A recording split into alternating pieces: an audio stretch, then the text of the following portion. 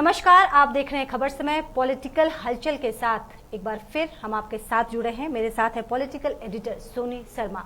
और इन दिनों बाजार गर्म है राजनीति को लेकर। सिलीगुड़ी में भी आप कई तरह की राजनीतिक हलचल देख रहे होंगे। सोनी जी, बहुत बहुत स्वागत है। और सबसे पहले तो शुरुआत करते हैं जो सबसे बड़ी खबर है और लोगों के होश उड़ाने वाले हैं कि शंकर घोष, जो कभी लाल के समर्थक हुआ करते थे, आज वो भगवा रंग में रंग चुके हैं। कितना खामियाजा समीकरण बिगाड़ सकता है ये राजनीति का? देखिए, बात अगर हम लोग करते हैं सिलीगुड़ी लेवल की, अगर बात करते हैं या कह दें इन 3 विधानसभा क्षेत्र जो सिलीगुड़ी से संलग्न है, उनकी अगर हम बात करते हैं तो देखिए ये अपने आप में एक बहुत बड़ी बात है कि एक पार्टी का नेता, युवा नेता, जो वो भी वाम मोर्चा जैसा, क्योंकि काफी अनुशासित और कैडर बेस्ड पार्टी माना जाता है वाम मोर्चा को, और उनकी तरफ से इस तरह टूट होना, ये इस इलेक्शन में लोकल की बात करें तो पहली बार देखी गई है। और वो भी इतना जो शंकर घोष है उसे हम कह सकते हैं कि वो एक वाम मोर्चा के युवाओं के कद्दावर नेता, इसमें कोई दो राय नहीं है। और कहीं ना कहीं क्या वजह रही कि वो वाम से राम में गए, इसकी तो मेरी उनसे बात हुई थी, तो उन्होंने कहा था बहुत सी बातें हैं, उनका दम घुट रहा था पार्टी में, उन्हें बोलने की आज़ादी नहीं दी जा रही थी, और जो उनके सिद्धांत हैं कहीं ना कहीं उससे पार्टी विमुख हो रही थी। ऐसे आज उन्होंने सुबह ही खबर से वैसे विशेष बातचीत में बताया था। लेकिन लांछन तो उनपे भी लग रहे हैं। अशोक भट्टाचार्य जो कि सीपीएम का बड़े चेहरे हैं, लांछन तो उनपे भी लगा रहे हैं कि पार्टी की बातों को वो लीक करते थे। देखिए, जब बात अगर राजनीति की होगी, आप जानते हैं क्रिया और प्रतिक्रिया जी, ये तो होनी स्वाभाविक है कि अगर ये पार्टी छोड़कर गए हैं तो वो अपनी वजह बताएंगे, तो इन्हें भी अपना पक्ष रखना है तो ये भी कुछ बातें बताएंगे, और ये भी बात फाइनल है कि कुछ ना कुछ जरूर विरोधाभास चल रहा था, तभी तो ये प्रतिक्रिया आई सामने। लेकिन अब जो पार्टी सूत्रों के हवाले से जो जानकारी मिल रही है, जो राजनीतिक जो जानकार लोग हैं वो यह भी बता रहे हैं कि डाबग्राम से बहुत उम्मीद है कि शंकर घोष को टिकट दिया जा सकता है। देखिए, इस विषय में भी अगर पहले हम शंकर की बात कर ले तो शंकर घोष ने इस विषय में भी कहा था कि देखिए मुझे नहीं लगता कि मैं अभी विधानसभा चुनाव लड़ूंगा, और ये राजनीतिक स्टेटमेंट हो सकता है क्योंकि अभी वो पार्टी में गए हैं, पार्टी की गाइडलाइन को मानेंगे, देखेंगे, करेंगे। लेकिन मुझे लगता है कि नहीं, इसमें कहीं ना कहीं मनु, ये बिल्कुल सही बात है, कहीं ना कहीं इसमें मुझे लगता है कि आश्वासन के बिना ये काम होने वाला नहीं है। जरूर कहीं ना कहीं उन्हें पार्टी की तरफ से आश्वासन दिया गया, और ऐसी चर्चा भी है लोगों में भी। जैसा आप कह रहे हैं कि पिछले 30 साल से वो इस पार्टी में थे और अचानक दम घुटने लगा, वो भी उस वक्त में जब विधानसभा इलेक्शन के बस टीएमसी तो ऑलरेडी डिक्लेयर कर चुकी है। नहीं, इसमें भी ट्विस्ट है। आज उन्होंने पार्टी जरूर इलेक्शन के समय छोड़ी है, लेकिन उनकी चर्चा आप भी जानती हो मन्नू कि साल भर पहले से ही शुरू हो गई थी। और कल उन्होंने कहा भी था, बातों बातों में कहा भी था, जो एमपी है राजू बिष्टा, उनके लिए कि मुझे एक दोस्त मिल गए, मेरे दोस्त हैं एमपी। तो मैंने भी उनसे क्वेश्चन किया था कि कब से ये आपके दोस्त हैं, आप तो एक दूसरे के दूर विरोधी आदमी है, फिर आप एमपी साहब को दोस्त बता रहे हैं, तो इसका मतलब कहीं पहले से बातचीत चल रही थी। तो उन्होंने कुछ बताया था कि हाँ, कुछ पहले से कहीं मुलाकात हुई थी उसके बाद से। और फिर बात यह आ रही कि आज अशोक बाबू ने भी कहा, अशोक भट्टाचार्य जी ने भी कहा कि वो पार्टी जो विरोधी गतिविधि है उनमें लिप्त थे, उनका जो आरोप है। तो कहीं ना कहीं बात पहले से तो जरूर थी, लेकिन एक मतलब मंजे हुए राजनीतिक की तरह जो शंकर घोष है, उन्होंने कहते हैं ना, जो खिलाड़ी होता है तो खराब बॉल की प्रतीक्षा करता है कि कब आया, कब मैं छक्का मारूं। तो शंकर को लगा कि ये मौका सही है, इस समय पार्टी छोड़ी जाए, और हो सकता है कि हो सकता है, देखिए ये एक बात हो सकती है कि हो सकता है कि शंकर पार्टी में विधानसभा की सीट चाह रहे हो, और उनकी जैसे ही सूची आई, सीपीएम पार्टी की सूची जैसे ही आई, उसके बाद ही शंकर घोष ने पार्टी छोड़ने की घोषणा कर दी। आपने देखा होगा ये बात। जी। तो ये बात सेम जो टीएमसी में जो कहानी हुई, आपने देखा था टीएमसी में जैसे प्रत्याशी की घोषणा हुई थी, उसके तुरंत बाद ही नानटूपाल विरोध में उतर गए थे। तो ठीक उसी तरह का कुछ यहाँ पर घटित हुआ। अच्छा, तो एक बात बताइए, अगर शंकर घोष डाबग्राम से चुनाव लड़ते हैं तो उनके सामने उनका मुकाबला होगा टीएमसी के एक बड़े चेहरे गौतम देव के साथ। ये क्या सही होगा? क्या ये जीत सुनिश्चित कर पाएंगे वो? पार्टी अगर उन पे दाव लगाती है तो ये कितना फ्रूटफुल होने वाला है? देखिए, सबसे बड़ी बात यह है कि भारतीय जनता पार्टी के पास अभी की अगर हम वर्तमान परिस्थिति देखें तीनों ही सीट पर, तो भारतीय जनता पार्टी काफी असमंजस में है। उनके पास उपयुक्त उम्मीदवार की फिलहाल अभी भी कमी है, इसमें कोई दो राय नहीं है, क्योंकि न तो अभी तक घोषणा कर पा रहे, और आपने देखा कि अगर कोई पार्टी से तुरंत आता है और उस पर पार्टी भरोसा करती है तो ये बात सिद्ध हो जाती है कि उनके पास अभी तक जो कद्दावर नेता होना चाहिए, जो जिताऊ चेहरा होना चाहिए, उसकी कमी है। और बात जहां तक हम करें डाबग्राम फूलबाड़ी जो सीट आप कह रही हो, उसपे इतना हम कह सकते हैं कि अगर शंकर घोष को पार्टी टिकट देती है तो निसंदेह टक्कर तो शंकर घोष दे देंगे। इसकी वजह है कि एक तो युवा नेता है, एक शंकर घोष में जो बोलने की क्षमता है उसी हिसाब से, और उनका कार्य क्षेत्र भी रहा है, जो उस क्षेत्र में उनका जो इलाका है उधर भी मतलब उनकी पकड़ है, ऐसी बात नहीं है, और युवा भी उनके साथ में है। तो कितने सफल होंगे ये तो कहना मुश्किल है, लेकिन हाँ मान सकते हैं कि वो एक टक्कर दे सकते हैं अगर। और सबसे बड़ी बात है कि भाजपा की कुछ हवा, कहते हैं ना जी, हवा जो वेव है उसमें अगर कहीं निकल जाए तो निकल भी सकते हैं, लेकिन अभी भी मुझे नहीं लगता इस बात की संभावना कि उन्हें वहीं से टिकट देगी। अभी विचार चल रहा है, जो हमारे सूत्र बता रहे हैं, दोनों ही जगह पर विचार चल रहा है कि आखिर पार्टी क्या करती है, क्योंकि सिलीगुड़ी के समीकरण भी काफी बदल गए हैं मन्नू। जब से ओम प्रकाश मिश्रा जी को यहाँ टिकट दी गई है वो समीकरण पार्टी में तो खुद ही लोगों के अंदर क्षोभ है, एक आक्रोश है कि बाहर वाले को क्यों निमंत्रित किया, क्या लोगों यहाँ के लोगों में वो क्षमता नहीं थी। इस चीज की चर्चा तो पार्टी के कार्यकर्ता खुद भी कर रहे हैं। नहीं, कौन सी किस टीएमसी की मैं बात कर रही हूँ। हाँ, टीएमसी में क्षोभ है और अभी तक वो प्रदर्शित होता नजर भी आ रहा है। हालांकि डॉक्टर ओम प्रकाश मिश्रा जो तृणमूल कांग्रेस के उम्मीदवार है, निसंदेह रूप से वो अपने पूरे उत्साह के साथ काम में लग गए हैं। उन्हें कितना सहयोग मिल रहा है नहीं मिल रहा है वो बात की बात है, लेकिन वो एक प्रार्थी के तौर पर काम में लग गए हैं। लेकिन अभी तक जो एक जुटता तृणमूल कांग्रेस में देखी जानी चाहिए थी, अभी तक ओम प्रकाश जी के साथ में वैसा कुछ दिखाई नहीं दे रहा है। सोशल मीडिया के माध्यम से बात करें या पत्रकारिता जो पेपरों में जो फोटोज आ रही है उसमें अभी भी जो डिस्ट्रिक्ट लेवल के नेता है उनसे कहीं अलग थलग नजर आ रहे हैं, ये तो बात पक्की है। तो दर्शकों, पॉलिटिकल हलचल पे हम चर्चा कर रहे हैं। मेरे साथ मेरे सहयोगी पॉलिटिकल एडिटर सोनी शर्मा है। लगातार पॉलिटिकल चीज को ये कवर करते आए हैं और इस वक्त लोगों के मन में, सिलीगुड़ी के मन में जो है वो नजर बनी हुई है। हर कोई का नजर जो है वो विधानसभा चुनाव के ऊपर है। नानटू पाल की अगर हम बात करें तो इस पे आप क्या सुझाव देना चाहेंगे, क्योंकि एक बड़ा तबका ये भी कहना है कि नानटू पाल ने जो ये निर्दलीय चुनाव लड़ने का फैसला किया है, कहीं इनके पॉलिटिकल करियर के साथ कोई खिलवाड़ तो नहीं कर रहे हैं ये भावनाओं में बह के? देखिए मनु, एक बात तो साफ है और आप लोग भी दर्शकों एक बात साफ जान लो, अब की बार के जो चुनाव है ना बहुत ही महत्वपूर्ण होने जा रहे हैं। और बात अगर करें हम नानटू पाल की या शंकर घोष की भी, तो सबसे ज्यादा ये चुनाव इन दोनों के लिए महत्वपूर्ण है, क्योंकि ये चुनाव उनके भाग्य का, आने वाले उनके राजनीतिक जीवन का बड़ा फैसला करने वाले हैं।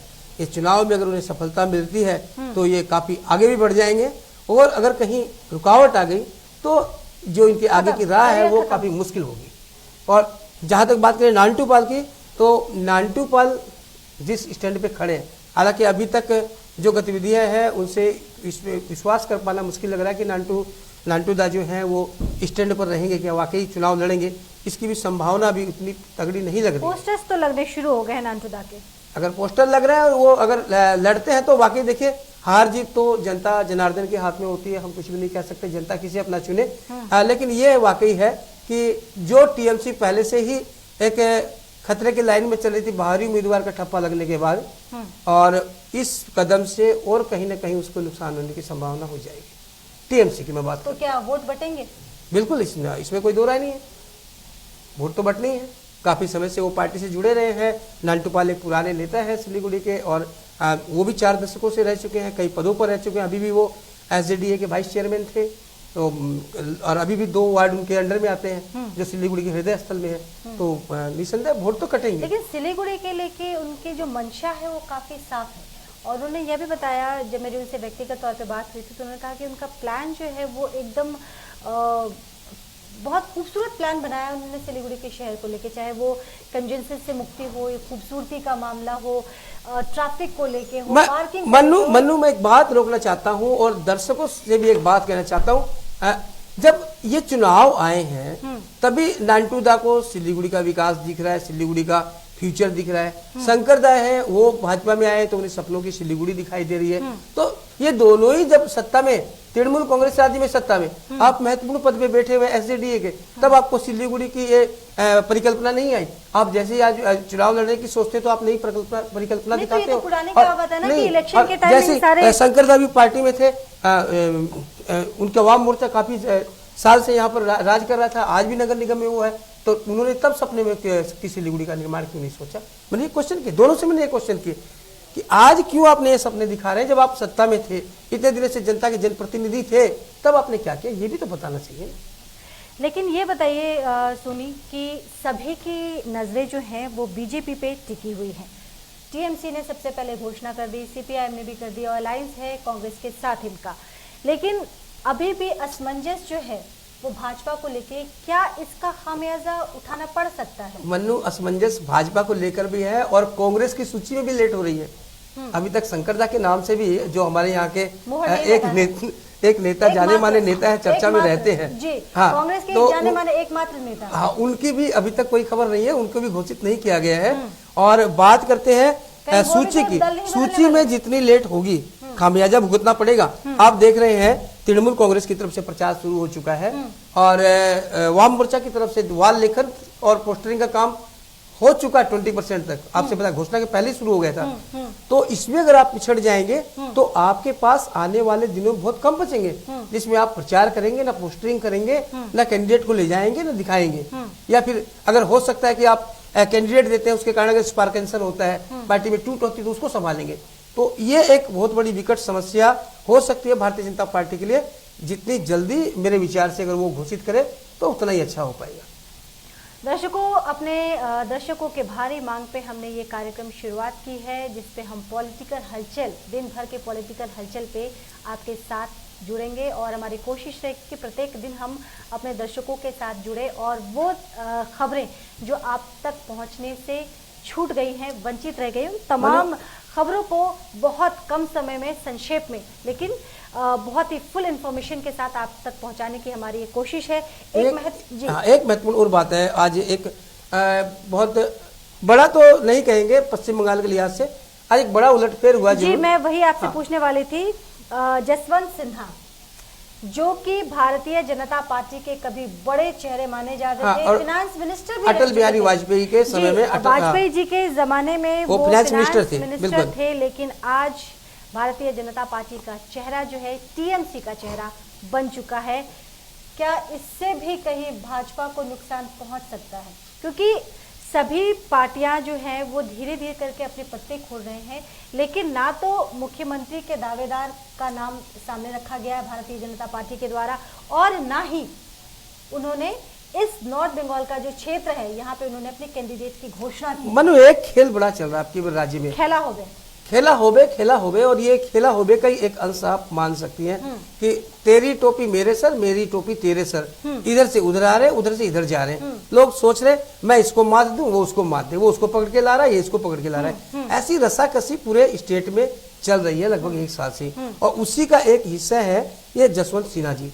और जसवंत सिन्हा की बात करें तो देखिए, जरूर एक हलचल है, एक न्यूज बनी है, हो सकता है कि कुछ थोड़ा बहुत फर्क पड़ जाए, लेकिन अगर बात बड़े प्रभाव की करते हैं तो जसवंत सिन्हा जी से, हालांकि वो चुनाव प्रचार में भी आएंगे, उन्होंने कहा है आज प्रेस मीट में कि वो चुनाव प्रचार भी करेंगे, लेकिन ये बात समझ से परे है कि आप बिहार से बिलोंग करते हैं, पश्चिम बंगाल में आके आप तृणमूल की सदस्यता लेते हैं, वो भी इलेक्शन के ऊपर में, और आप तृणमूल में शामिल होते हैं, तो ये बात समझ से परे है कि कितना प्रभाव पड़ेगा। ये सिर्फ समझ सकते कहा जा सकता है कि कोई पद का लोभ या लालच होगा, क्योंकि चीजें तो घोषणा हो चुकी है। देखिए, राजनीति में कभी भी कोई भी कदम, आप ये बात मान लीजिए, बिना स्वार्थ के नहीं उठाया जाता है, चाहे कोई कितना भी कुछ कह ले। अब की बार के जो चुनाव हो रहे, देखिए आज जसवंत सिन्हा जी ने क्या कहा, उन्होंने कहा कि अकाली दल, बीजेडी ये सब भारतीय जनता पार्टी का साथ छोड़ चुके हैं। यानी जो एनडीए था वो कहीं ना कहीं एनडीए बिखराव में आ गया। पहले भारतीय जनता पार्टी थी, वो लोगों पे चलती थी, लोगों की विचारधारा पे चलती थी, लेकिन आज कुचलने और जीतने का खाली मजमा रह गया भारतीय जनता पार्टी में। ये आरोप लगाए हैं जसवंत सिन्हा जी ने अपने प्रेस कॉन्फ्रेंस।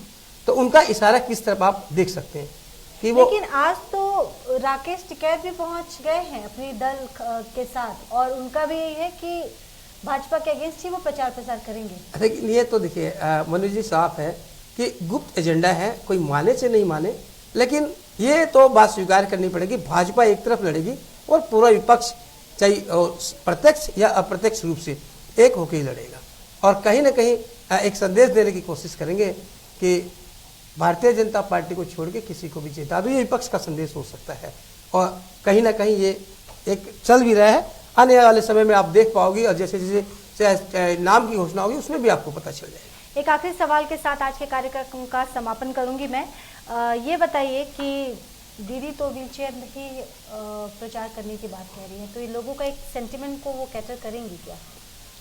बिल्कुल, इसको कहीं ना कहीं भावनात्मक रूप से जोड़ने का प्रयास तो देखिए है ही। फायदा नुकसान की बात तो देखिए जनता बताएगी। आजकल की जनता बहुत समझदार है, और जैसे सही जो उचित निर्णय होगा, जनता का निर्णय सर्वमान्य और सर्वोपरि होगा। तो इसमें तो कोई दो राय नहीं है। देखिए अभी तो ऐसे बहुत से हथकंडे अपनाए जा सकते हैं और बहुत सी बातें हो सकती हैं, क्योंकि अभी तो ये शुरुआत है। तो दर्शकों, मंडे से सैटरडे तक, यानी कि सोमवार से शनिवार, हमारी कोशिश रहेगी कि हम आपसे जुड़े और दिन भर की जो राजनीतिक हलचल है, जो खबरें आप तक नहीं पहुंच पाई हैं, उन तमाम खबरों के साथ मैं अपने सहयोगी पॉलिटिकल एडिटर सोनी शर्मा के साथ जुड़ूंगी। तब तक अपना बेहद ख्याल रखिएगा और नजर बनाए रखिएगा खबर पे, क्योंकि खबरें आप तक पहुंचाना हमारा कर्तव्य है, दायित्व है। नमस्कार।